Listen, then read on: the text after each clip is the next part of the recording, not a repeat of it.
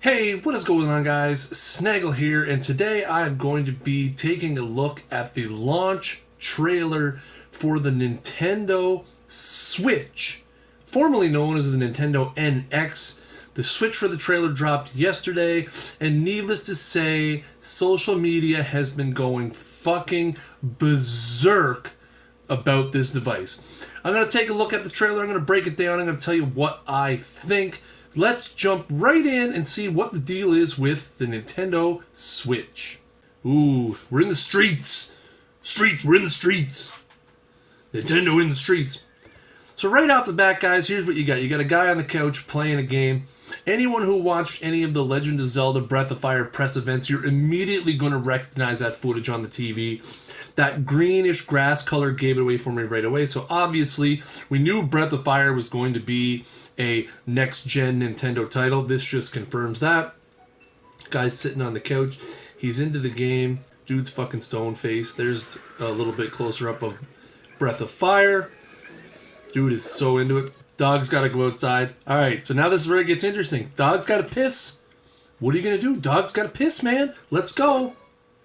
Nintendo Switch. There's the name reveal, although it was in the title of the trailer, so there you go.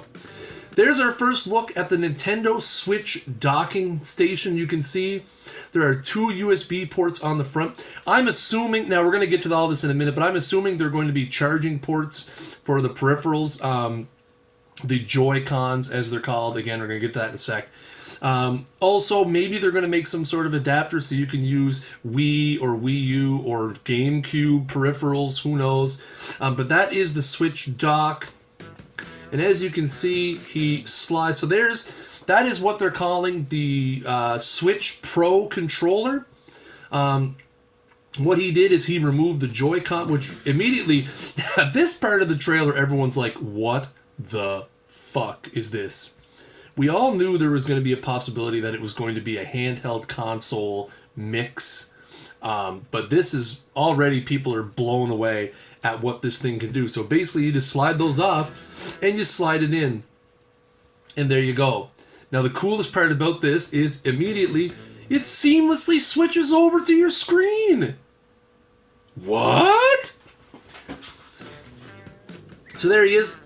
And so the one thing I am concerned and have a question about is, what is that going to weigh?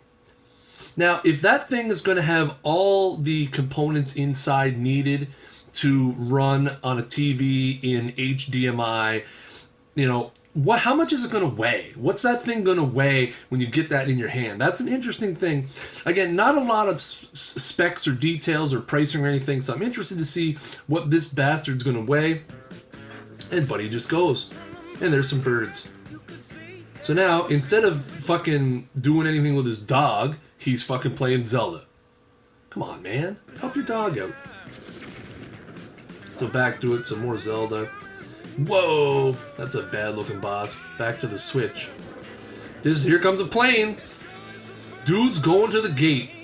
Now, another thing that people are freaking out about. What the hell is that? Now, obviously, it's some kind of flash media. I'm so happy that Nintendo is going to stick with a flash card type of media. Now, it's obviously impossible to tell from the video, but that does not look like a conventional 3DS game card. A lot of people are curious as to whether or not 3DS game cards, DS game cards are going to be compatible with this. Again, no answer. My gut tells me probably not. But with you got some AAA titles coming out for the DS, and that's why I think the 3DS is going to remain separate. With Mario Maker coming out in the 3DS, you've got two new Pokemon games coming out for the 3DS, all kinds of stuff coming out for the 3DS. I think they're going to stay separate. So while we don't have a clear definitive answer, I think that is going to be a proprietary type of game card. But as you can see, it goes in the top of your device. He sits down next to this chick, and she's like, yeah. Obviously, she spent whatever money she had left on her Nintendo Switch instead of fucking buying pants, because her pants are full of holes. So now they're just going to check it out. Now Buddy's going to get on the plane, sits down. There's the kickstand that is going to be on the back of the Nintendo Switch. You get a good view of the back here as well. So again, now this is different, right? When you saw it in the first segment, Buddy had the Pro Controller is what he was using. So the Pro Controller obviously is going to have a nice grip to it. This is just the portable version of the Switch with the tablet portion and the two Joy-Cons down the side. And it's nice and flat, just like a Wii U controller pad. So he sets up his tablet and he puts his headphone jack in the top. And now this is where I got a little bit fucking excited. You know, and I know, and everybody knows that is Skyrim. That is Skyrim. And judging by the texture details, that is the remastered version of Skyrim. Everybody has said, will say, will continue to say, said today, yesterday, the only way the Nintendo Switch survives and Nintendo cuts in to the console market against PS4 and against Xbox One is third-party support. We know they're going to have the first-party support. We know they're going to have a Zelda. We know they're going to have a Mario. We know they're going to have a Splatoon. We know they're going to have, Mario Kart, probably eventually a Metroid, whatever. You start getting third-party support like this with Skyrim, and everything's going to be a bit different. So this was exciting for me, although he can't be that far into the game to just have a fucking Nordic steel fucking battle axe, or a war axe, whatever, dude. So now you take the controllers off the side, and away you go. Now, obviously, this fucking guy is in first class, because there is no way you would be able to recline that much and have that much room to play a game in fucking regular economy class. So, again, speaking, if you're reading between the lines, you're going to have to be pretty rich to buy one of these because he's in first class. So obviously he's got money. Who knows? All speculation. So now he plays the game. There goes his plane, flying over. Now he's in a cab, still playing Skyrim. Oh, gets home, boom, pops it in, picks up his Pro Controller, and there's Skyrim on the TV. And as you can see, he appears to have upgraded to, is that a Orcish War Axe now? Okay, so he's obviously made progress on the plane. Fair enough. And now he's playing with his Pro Controller. And oh my god, Dragon. And he's like, yeah, fuck, I'm dead. Now we switch over. Now here's some dudes getting into a raper van. So right away, you can see that is Mario Kart. So there's obviously going to be a Mario Kart title on the Nintendo Switch. They're driving in their van. Nice hair, bro. So now two things that stuck out to me about this and stuck out to everybody else. This is not going to surprise anybody. First of all, it looks like you can have two items.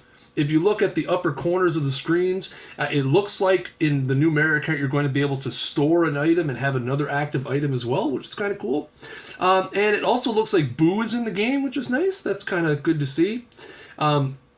I like this multiplayer action. You get the track in the middle. Now, as you can see, for multiplayer action, you can each use one of the Joy-Cons. Now, that's kind of why when you look at the Joy-Cons, they're kind of a mirrored display. One has the stick high, one has the stick low. Well, that's because when you take them out and hold them sideways, the stick's on the same side. The D-pad mirrors the 4 buttons. So you can play multiplayer like this. Now, again, the one thing that concerns me about this is how big are these actually going to be? I mean, you look at the guy on the left, he seems to be kind of dwarfing over the thing. The guy on the right seems to be doing okay. So how sturdy are these going to be? Is it going to be like... It's obviously not going to be like a Wiimote sideways experience. So it's going to be interesting to see how those feel in a two-player action, what you kind of get going there. And now they're actually going to go drive actual karts. There you go. So from Mario Kart to real karts.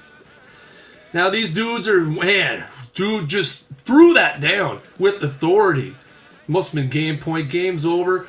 Boom. Now that the game's over, let's go. Okay, another thing that gets me excited. The only way I will buy a Nintendo Switch is if it has great third-party sports game support. This is obviously NBA 2K.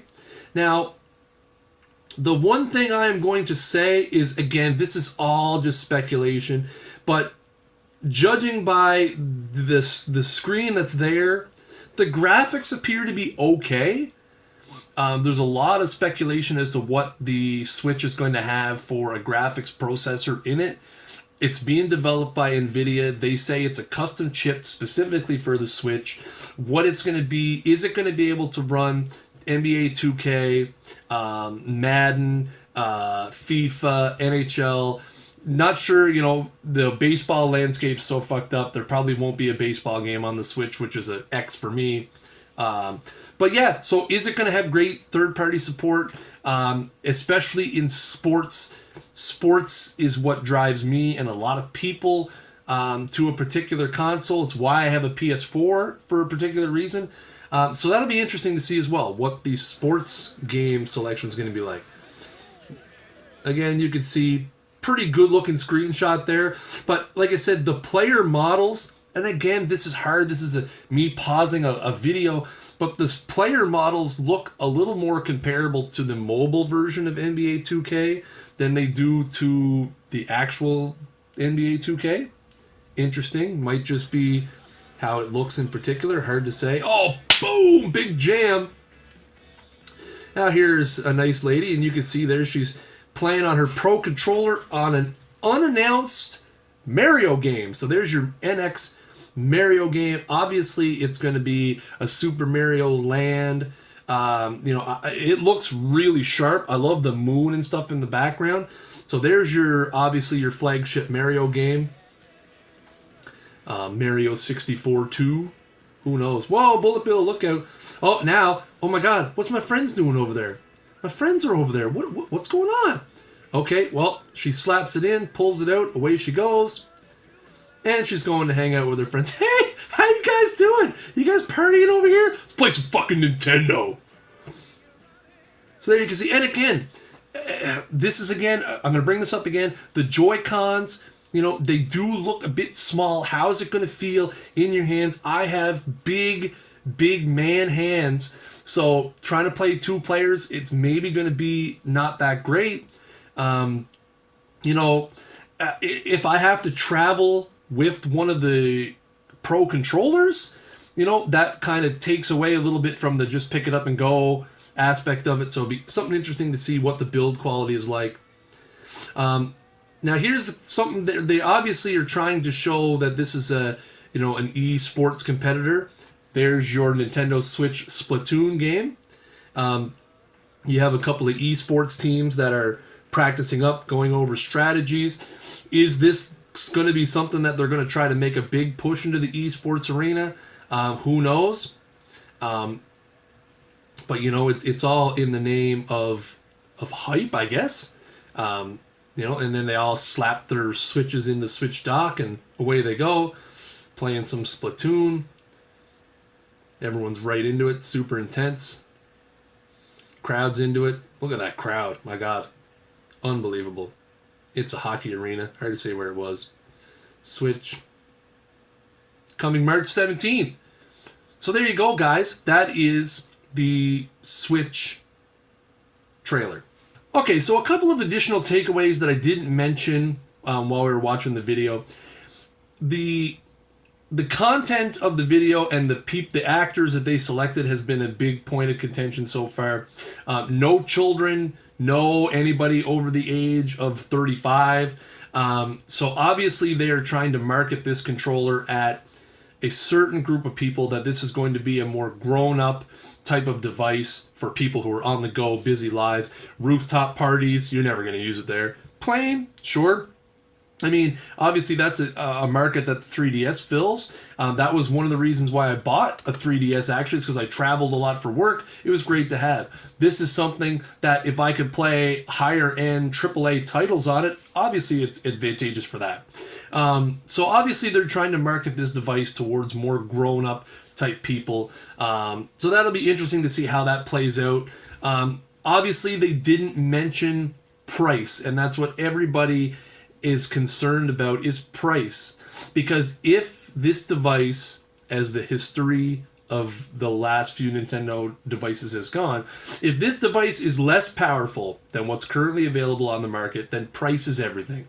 If this thing comes in at any more than $300 US, it's going to be a deal breaker for a lot of people. $300 US with the dock and everything you need, except for probably the Pro controller, people can probably stomach that. You know, if you go to $350 for a bundle with the dock, the Switch, the Pro controller, and the one of the launch titles, then I think that's a price point that people can stomach. But it's hard to say. It's hard to speculate on price without knowing what's in it. What is power in this thing? Is this thing physically as powerful as a PS4? Is it physically as powerful as an Xbox One? Probably not, but we don't know. It's purely speculation at this point. Anyways, guys, this has been my reaction and analysis to the Nintendo Switch trailer. Let me know down in the comments below what you guys think about the Switch. Is it on your radar? Do you not give a shit anymore? What you guys think the price might be, and some of your favorite titles that you hope are going to be on the Switch in its early infancy. If you guys want to continue the discussion, hit me up on the Twitter machine at SnaggleJ, and make sure you like, share, and subscribe. Until next time, peace.